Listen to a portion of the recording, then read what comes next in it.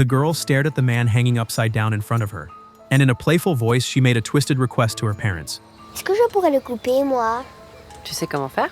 Il faut couper la carotine bien droite, un coup sec. C'est exactement ça, ma chérie.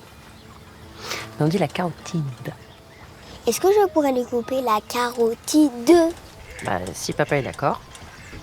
Je peux, papa. Non, Lou, t'es trop petite. Just 30 minutes earlier, the man had been chased by a gang into an unfamiliar jungle.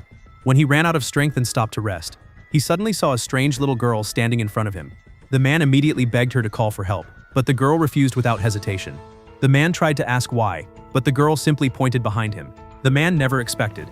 After escaping the gang, he would end up as prey for a family of cannibals. Other than their unusual eating habits, they looked no different from ordinary people. In this small family, everyone had a clear role. The daughter Ellie was responsible for luring prey. The mother hid around waiting for the right moment, and the father handled the cooking of their special meals. To avoid leaving evidence, they never kept anything from their victims, no matter the value. Everything was destroyed together. But this time, Ellie liked a pendant. While her father stepped away to deal with the body, she secretly slipped it into her pocket. After they finished their feast, Ellie asked her father when she would be allowed to hunt alone. Her father brushed it off, saying she had to wait until she was 16. Hearing that, Ellie looked up at the light above her, wishing her 16th birthday would come sooner. 7 years passed in the blink of an eye. As their hunting trophies increased, Ellie finally reached her 16th birthday. The family now also had a 5-year-old little brother. Everyone was in a joyful mood. But when Ellie saw her father's gift was a cookbook, her face instantly showed disappointment. Until she saw the knife her mother gave her, she waved it excitedly, because it meant she could finally hunt on her own, to help their daughter complete her coming-of-age hunt. The whole family drove off to look for prey.